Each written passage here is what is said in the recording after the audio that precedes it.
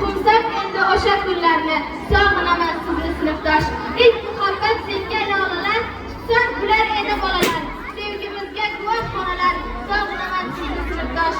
Nahot qoldi nahot barchasi, Xorgaboyev bayram archasi, aytolmadim so'zim qanchasi, sog'inaman sizni sinfdosh.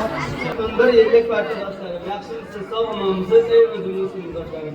Har qayoqda bo'ldik hayotlar, ey bu damlar hamisha yodda, sodda edik, juda ham sodda, ey o'zimning sinfdoshlarim.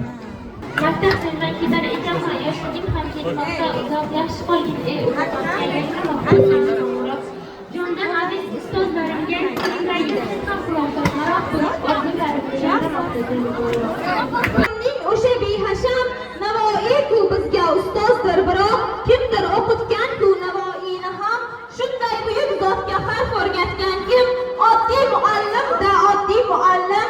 İlk bor maktab ostonasidan kirgan jajji ilm shaydolarga ilk bor qalam tutqazgan, harf tanitgan ustozi. Onasidek qadrli, bir umr qalbiga ustoz mehrini solgan insonni hech kim unutolmaydi. Bugungi bitiruv oqshomimizga harf tanitgan ustozlarimiz Dildora ustoz va Ra'no ustozlar tashrif buyurishgan.